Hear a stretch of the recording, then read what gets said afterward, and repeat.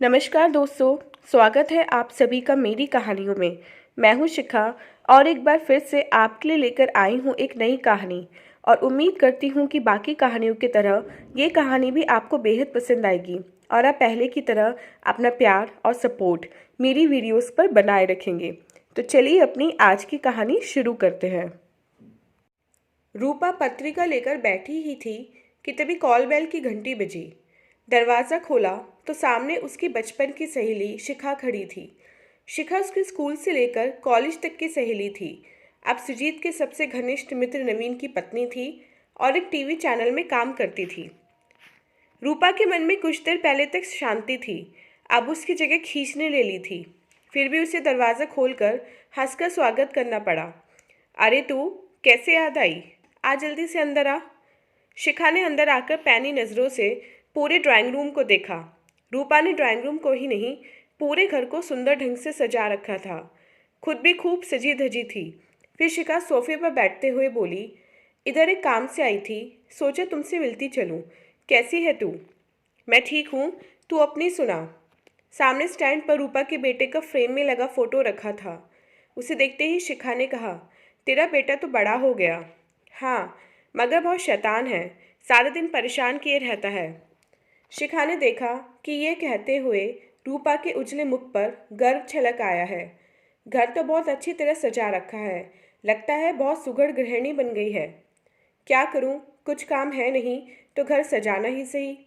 अब तो बेटा बड़ा हो गया है, नौकरी कर सकती हो। मामूली ग्रेजुएशन डिग्री है मेरी, मुझे कौन नौकरी देगा। फिर सबसे बड़ी बात यह है कि इनको मेरा नौकरी करना पसंद नहीं। तो सुजीत से डरती है? इसमें डरने की क्या बात है? पति पत्नी को एक दूसरे की पसंद नापसंद का ख्याल तो रखना ही पड़ता है। शिखा हंसी। अगर दोनों के विचारों में ज़मीन आसमान का अंतर हो तो? यह सुनकर रूपा झुंझला गई तो वह शिखा से बोली, अच्छा तू यह बता कि छोटा नवीन कब ला रही है? शिखा ने कंधे झटकते हुए कहा, मैं तेरी तरह घर में आराम का जीवन नहीं काट रही। टीवी चैनल का काम आसान नहीं, भरपूर पैसा देते हैं तो दम भी निकाल लेते हैं। शिखा की यह बात रूपा को अच्छी नहीं लगी, फिर भी चुप रही, क्योंकि शिखा की बातों में ऐसी ही निरस्ता होती थी। रूपा की शादी मात्र 20 वर्ष की आयु में हो गई थी। लड़का उसके पापा का सबसे प्रिय स्टूडेंट था और उनके अधीन ही पीएचडी करते ही एक मल्टीनेशनल कंपनी में एग्जीक्यूटिव लग गया था। मोटी तनख्वाह के साथ साथ दूसरी पूरी सुविधाएं भी और देश विदेश के दौरे भी। लड़के के स्वभाव और परिवार की अच्छी तरह जांच करके ही पापा ने उसे अपनी इकलौती बेटी के लिए चुना था। हाँ, माँ को थोड़ी आपत्ति थी, लेकिन समझाने पर वे मान गई थीं। पापा मशहूर अर्थशास्त्री थे, देश विदेश में नाम था। रूपा अपने वैवाहिक जीवन से बेहद खुश थी, होती भी क्यों नहीं, इतना हैंडसम और संपन्न पति मिला था। और विवाह के कुछ अरसे बाद ही उसकी गोद में एक प्यारा सा बेटा भी आ गया था। शादी को 8 वर्ष हो गए थे, कभी कोई शिकायत नहीं रही। वह भी तो बेहद सुंदर थी, उस पर कई सहपाठी मरते थे, मगर उसका पहला प्यार पति सुजीत ही थे। बेटी को सुखी देखकर उसके माता पिता भी बहुत खुश थे। अच्छा यह सब छोड़, बोल क्या लेगी, चाय या ठंडा? गरम सूप भी है। सूप ही ला, घर का बना सूप बहुत दिनों से नहीं पिया। थोड़ी ही देर में रूपा 2 कप गरम सूप ले आई, फिर एक शिखा को पकड़ा और दूसरा स्वयं पकड़कर शिखा के सामने बैठ गई। बोली, बता कैसी चल रही है तेरी गृहस्थी? जब रूपा सूप लेने गई थी तब शिखा ने घर के चारों ओर नज़र डाली थी। वह समझ गई थी कि रूपा बहुत सुखी और संतुष्ट जीवन जी रही है। उसका स्वभाव ईर्ष्यालु था ही, अतः सहेली का सुख उसे अच्छा नहीं लगा। वह रूपा का दमकता चेहरा नहीं, मलिन व दुखी चेहरा देखना चाहती थी। शिखा यह भी समझ गई थी कि उसके सुख की जड़ बहुत मजबूत है, सहज उखाड़ना संभव नहीं। आज तक वह उसे हर बात में पछाड़ती आई है, पढ़ाई, लेखन प्रतियोगिता, खेल, अभिनय, नृत्य व संगीत, सब में वह आगे रहती आई है। रूपा है तो साधारण स्तर की लड़की, पर कॉलेज का श्रेष्ठ हीरा लड़का उसके आंचल में आ गया था। फिर समय पर वह माँ भी बन गई। पति प्रेम, संतान स्नेह से भरी है वह। ऊपर से माता पिता का भरपूर प्यार, संरक्षण भी है उसके पास, संपन्नता अलग से। यह सब सोच शिखा बेचैन हो उठी कि जीवन की हर बाजी उससे जीत कर यह अंतिम बाजी उससे हार जाएगी। पर करे भी तो क्या? कैसे उसकी जीत को हार में बदले? कुछ तो करना ही पड़ेगा। पर क्या करे? सोचना होगा। हाँ, कोई कोई रास्ता तो निकालना ही होगा। रूपा में बुद्धि कम है, उसे बहकाना आसान है, तो कोई रास्ता निकालना ही पड़ेगा। जरूर कुछ सोचेगी वह। माँ से फ़ोन पर बातें करते हुए रूपा ने शिखा के अचानक आने की बात कही तो वे शंकित हो उठी। बहुत दिनों से उसे देखा नहीं, अचानक तेरे घर कैसे आ गई? रूपा बेटे को दूध पिलाते हुए सहज भाव से बोली, नवीन भैया तो आते रहते हैं, वही नहीं आती थी। उनसे दूर की रिश्तेदारी भी है, सुजीत के भाई लगते हैं और दोस्त तो हैं ही। पर आज बता रही थी कि पास ही चैनल के किसी काम से आई थी, तो मुझे उस पर ज़रा भी विश्वास नहीं। मुझे तो लगता है तेरा घर देखने आई थी। माँ रूपा की बात बीच में ही काटते हुए बोली। यह सुन रूपा अवाक रह गई। बोली, मेरे घर में ऐसा क्या है जो देखने आएगी, जो उसके घर में नहीं है? देख रूपा, वह बहुत धूर्त ईर्ष्यालु है। बिना स्वार्थ के वह एक कदम भी नहीं उठाती। तू उसे ज़्यादा गले मत लगाना। माँ, वह आते ही कहाँ है? वर्षों बाद तो मिली है। यही तो चिंता है, वर्षों बाद अचानक तेरे घर क्यों आई? रूपा हंसी। ओह माँ, तुम भी कुछ कम शंकालु नहीं हो। अरे बचपन की सहेली से मिलने को मन किया होगा, क्या बिगाड़ेगी मेरा? मैं यह नहीं जानती कि वह क्या करेगी, पर वह कुछ भी कर सकती है। मुझे लग रहा है वह फिर आएगी। ज़्यादा घुलना नहीं, जल्दी विदा कर देना, बातें भी सावधानी से करना। अब रूपा भी घबराई। ठीक है माँ। माँ की आशंका सच हुई। एक दिन फिर आ धमकी शिखा। रूपा थोड़ी शंकित तो हुई, पर उसका आना बुरा नहीं लगा। अच्छा लगने का कारण यह था कि सुजीत ऑफिस के काम से भुवनेश्वर गए थे और बेटा स्कूल। बहुत अकेलापन लग रहा था। उसने शिखा का स्वागत किया। आज वह कुछ शांत सी लगी। इधर उधर की बातों के बाद अचानक बोली, हमारे चैनल में अपने सीरियल बनते हैं। एक नया सीरियल बनना है जिसके लिए नायिका की खोज चल रही है। सुंदर भोली सी कॉलेज स्टूडेंट का रोल है। तुझे तो दौड़ कर ले लेंगे। कहे तो बात करूं? रूपा हंसने लगी। तू पागल तो नहीं हो गई है? क्यों, इसमें पागल होने की क्या बात है?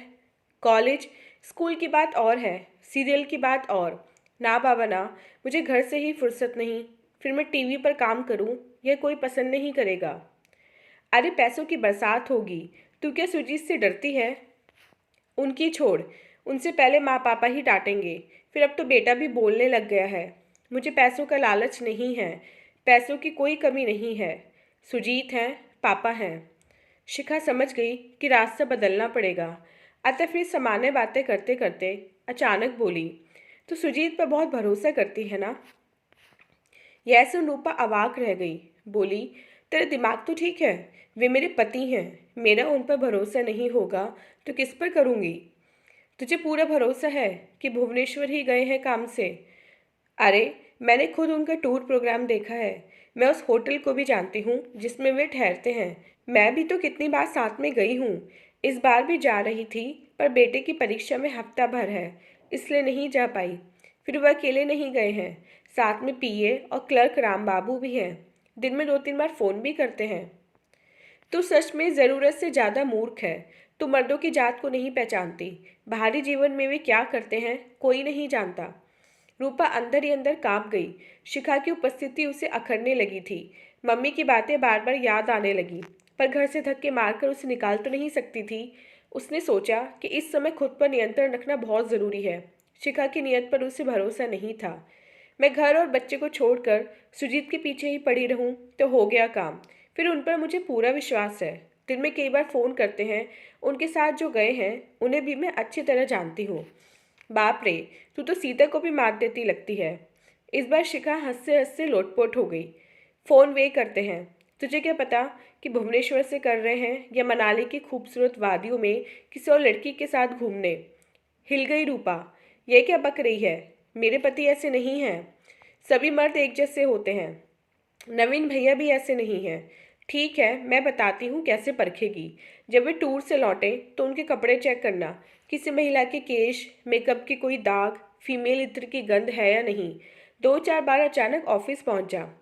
छी छी, कितनी गंदगी है तेरी सोच। मुझे अब नवीन भैया पर तरस आ रहा है। अपना घर, नवीन भैया का जीवन बिगाड़ चैन नहीं, अब मेरा घर बर्बाद करने आई है। तू जा, मेरे सिर में दर्द हो रहा है, मैं सोऊंगी। शिखा का काम हो गया था, अतः वह हंसकर खड़ी हो गई, बोली, जी भरकर सो ले, मैं जा रही हूँ। शिखा तो हंसती हुई चली गई, पर रूपा खूब रोई। जब बेटा स्कूल से आया तो उसे लेकर सीधे माँ के पास चली गई। माँ ने उसे आते देख समझ गई कि ज़रूर कोई बात है, पर उस समय कोई बात नहीं की। बेटे और उसे खाना खिलाने बिठाया, फिर बेटे को सुलाने के बाद वे बेटी के पास बैठी। अब बोल क्या बात है। रूपा चुप रही। क्या आज भी शिखा आई थी? उसने हाँ में सिर हिलाया। मैंने तुझे पहले ही सावधान किया था, वे अच्छी लड़की नहीं है। वे जिस थाली में खाती है उसी में छेद करती है। हाँ, उसकी माँ सौतेली है, ये ठीक है, पर वे उसकी सगी माँ से भी अच्छी है। जब तक वहाँ रही, एक दिन उसे चैन से नहीं रहने दिया। बाप से झूठी शिकायतें कर घर को तोड़ने की कोशिश करती रही, पर उसके पापा समझदार थे, बेटी की आदत को जानते थे और अपनी पत्नी पर पूरा विश्वास था, इसलिए शिखा अपने मकसद में कामयाब ना हुई। अब जब से शादी हुई है तो बेचारे नवीन के जीवन को नरक बना रखा है। उससे भी मन नहीं भरा तो अब तेरे घर को बर्बाद करने चली है। तू क्यों बिठाती है उसे? अब घर आए को कैसे भगाऊं? एक कप चाय पिलाकर विदा कर दिया कर, बैठाकर बात मत किया कर। आज क्या ऐसा कहा जो तू इतनी परेशान है? रूपा ने पूरी बात बताई तो वे शंकित हुई और गुस्सा भी आया।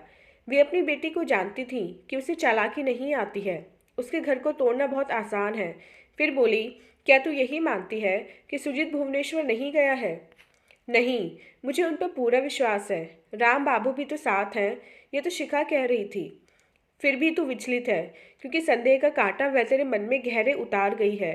देख, संदेह एक बीमारी है, अंतर इतना है कि इसका कोई इलाज नहीं है। दूसरी बीमारियों की दवा है, उनका इलाज किया जा सकता है, पर संदेह का नहीं। शिखा ने बीमारी तुझे लगाई है। अब अगर तुझे सुजीत को लगे और वह तुझ पर शक करने लगे, तब क्या करेगी? रूपा काँप गई। मुझ पर? क्यों नहीं? उसके पीछे तू क्या करती है? उसे क्या पता? हफ्ता हफ्ता बाहर रहता है, तब तू एकदम आज़ाद होती है। जब तू उस पर शक करेगी तो वह भला क्यों नहीं कर सकता? रूपा को काटो तो खून नहीं। देख, पागल मत बन, दूसरे की नहीं अपने मन की आवाज़ सुनकर चल। तू उस जैसी नहीं है, तेरे साथ तेरा बच्चा है। तू साधारण स्तर की पढ़ी लिखी है, बाहरी समाज का तुझे कोई अंदाज़ा नहीं है। अगर वह खाई खिली लड़की नवीन से तलाक भी ले ले तो भी उसे कोई फर्क नहीं पड़ेगा। पर तू क्या करेगी? हम हैं, ठीक है, पर पापा को जानती है ना, कितने न्यायप्रिय हैं। तू गलत हुई तो यहाँ से तुझे तिनके का सहारा भी नहीं मिलने वाला। मैं कुछ भी नहीं कर सकती। माँ की बात सुनकर स्तब्ध रह गई रूपा कि माँ ने जो कहा स्पष्ट कहा, उचित बात कही। उसके मन में शिखा कांटा बोना चाहे और वह बोने दे तो अपना ही सर्वनाश करेगी। माँ ने नवीन से भी इस विषय पर बात की, यह सोचकर कि भले ही बेटी को समझाया हो उन्होंने, पर उसके मन का कांटा जड़ से अभी नहीं उखड़ा होगा। नवीन ने उस दिन अचानक फ़ोन करके रूपा से कहा, रूपा, बहुत दिनों से तुमने कुछ खिलाया नहीं, आज रात डिनर करने आऊँगा। रूपा खुश हुई। ठीक है भैया, मैं आपकी पसंद का खाना बनाऊंगी। शाम को नवीन सुजीत के साथ ही आया। रूपा ने चाय के साथ पकौड़े बनाए। नवीन ने चाय पीते हुए पूछा, रात को क्या खिला रही हो? आपकी पसंद के हिसाब से पालक पनीर, सूखी गोभी, बूंदी का रायता और लच्छा पराठे। और कुछ चाहे तो? नहीं नहीं, बहुत बढ़िया मेन्यू है। तुम बैठो। हाँ सुजीत, तू एक काम कर, रबड़ी ले आ। सुजीत रबड़ी लेने चला गया तो नवीन ने कहा, रूपा, आराम से बैठ कर बताओ पूरी बात क्या है। रूपा चौंकी। क्या भैया? सुजीत को लग रहा है तुम पहले जैसी सहज नहीं हो। उसे तुम्हारे व्यवहार से कोई शिकायत नहीं है, पर उसे लगता है तुम पहले जैसे खुश नहीं हो। लगता है कुछ है तुम्हारे मन में। रूपा चुप रही। रूपा, तुम चुप रहोगी तो हमारी समस्या बढ़ती ही जाएगी। बात क्या है? क्या सुजीत के किसी व्यवहार ने तुम्हें आहत किया है? नहीं, वे तो कभी तीखी बात करते ही नहीं। पति पत्नी का रिश्ता बहुत सहज होते हुए भी बहुत नाजुक होता है। इसमें कभी कभी बुद्धि को नज़रअंदाज कर मन की बात काम करने लगती है। तुम्हारे मन में कौन सा कांटा चुभा है, मुझे बताओ। रूपा ने कहा, ऐसा कुछ नहीं है। रूपा, पति पत्नी का रिश्ता एक दूसरे के प्रति विश्वास पर टिका होता है। मुझे लगता है सुजीत के प्रति तुम्हारे विश्वास की नींव को धक्का लगा है। पर क्यों? सुजीत ने कुछ कहा है क्या? शिखा ने जो संदेह का कांटा उसके मन में डाला था, उसकी चुभन की अवहेलना नहीं कर पा रही थी वह। इसी उलझन में उसकी मानसिक शांति भंग हो गई थी। अब वह पहले जैसी खिलखिली नहीं रहती थी, और सुजीत से भी अतरंग नहीं हो पा रही थी। उसकी मानसिक उधेड़-बुन, उसके चेहरे पर मलिनता लाई ही, व्यवहार में भी फर्क आ गया था। उसने सिर झुकाकर जवाब दिया, ऐसा कुछ नहीं है भैया। नहीं रूपा, तुम्हारे मन की उथल पुथल तुम्हारे मुख पर अपनी छाप डाल रही है। ज़्यादा परेशान हो तो तलाक ले लो। सुजीत तुम्हारी खुशी के लिए कुछ भी करने को तैयार है। रूपा चौंकी, उसकी आंखें फैल गईं। तलाक? क्यों नहीं? तुम सुजीत के साथ खुश नहीं हो? भैया मैं बहुत खुश हूँ। सुजीत के बिना अपना जीवन सोच भी नहीं सकती। दोबारा तलाक की बात ना करना। और वह रो पड़ी। तो फिर पहले जैसा भरोसा, विश्वास क्यों नहीं कर पा रही हो उस पर? उसे कभी कभी तुम्हारी आंखों में संदेह क्यों दिखाई देता है? मैं समझ रही हूँ, पर अपने मन से कांटा नहीं निकाल पा रही हो, है ना? ये कांटा शिखा ने बोया है? वह फिर चौंकी। नवीन को उसने असहाय नजरों से देखा। रूपा, कोई कोई मुर्गी अंडा देने योग्य नहीं होती और वह दूसरी मुर्गी का अंडा देना भी सहन नहीं कर पाती। कुछ औरतें भी ऐसी ही होती हैं, जो ना तो अपने घर को बसा पाती हैं और ना ही दूसरे के बसे घरों को सहन कर पाती हैं। उन्हें उन घरों को तोड़ने में ही सुख मिलता है। शिखा उनमें से एक है और तुम उसकी शिकार हो। उसने चंद्रा का घर भी तोड़ने के कगार पर ला खड़ा किया था। मुश्किल से संभाला था उसे। अब उसके लिए वहाँ के दरवाजे बंद हैं तो तुम्हारे घर में घुस गई। तुम ही बताओ, पहले कभी आती थी, अब बार बार क्यों आ रही है? सिहर उठी रूपा। ये क्या भयानक भूल हो गई उससे। अपने सुखी जीवन में अपने हाथों ही आग लगाने चली थी। सुजीत जैसे पति पर संदेह वह भी कब तक सहेंगे? उसे पापा माँ तो उसे एकदम सहारा नहीं देंगे। फिर बोली, भैया शिखा तो बीमार है। हाँ, मानसिक रोगी तो है ही, पर तुम अपने को और अपने घर को बचाना चाहती हो तो अभी भी समय है, संभल जाओ। सुजीत को अपने से उकताने पर मजबूर मत करो। जितना नुकसान हुआ है जल्दी उसकी भरपाई कर लो। वह मैं कर लूँगी, पर आप? मेरे तो दाम्पत्य जीवन कुछ है ही नहीं। घर भी नौकर के भरोसे चलता है और चलता रहेगा। भैया मैं कुछ करूं? नवीन हंसा। क्या करोगी? पहले अपना घर ठीक करो। कर लूंगी, पर आपके लिए भी सोचती हूँ। लो, सुजीत रबड़ी ले आया। नवीन बोला। शांति प्यार लगा जो रूपा के हाथ से निकल रहे थे। अब उसने फिर से उन्हें कसकर पकड़ लिया। मनी मन शपथ ली कि अब सुजीत पर कोई संदेह नहीं करेगी। फिर सबसे पहला काम उसने जो किया वह था सुजीत को सब खुलकर बताना। मैं समझ गई थी कि लुका छिपी करने से लाभ नहीं। जिस बात को छिपाया जाता है वह मन में कांटा बनकर चुभती है, और कोई भी बात हो एक न एक दिन खुलेगी ही। तब संबंधों में फिर से दरार पड़ेगी। इसलिए अपने मन में जन्मे विकार तक को साफ साफ बता दिया। सारी बात ध्यान से सुनकर सुजीत हंसा। मुझे पता था कि बेमौसम के बादल आकाश में ज़्यादा देर नहीं टिकते। हवा का झोंका आते ही उड़ जाते हैं। इसलिए तुम्हारे बदले व्यवहार से मैं आहत तो हुआ, पर विचलित नहीं, क्योंकि मुझे पता था कि एक दिन तुम्हें अपनी भूल पर जरूर पछतावा होगा और तब सब ठीक हो जाएगा। तो दोस्तों, ये थी हमारी आज की कहानी। उम्मीद करते हुए कहानी आपको पसंद आई होगी।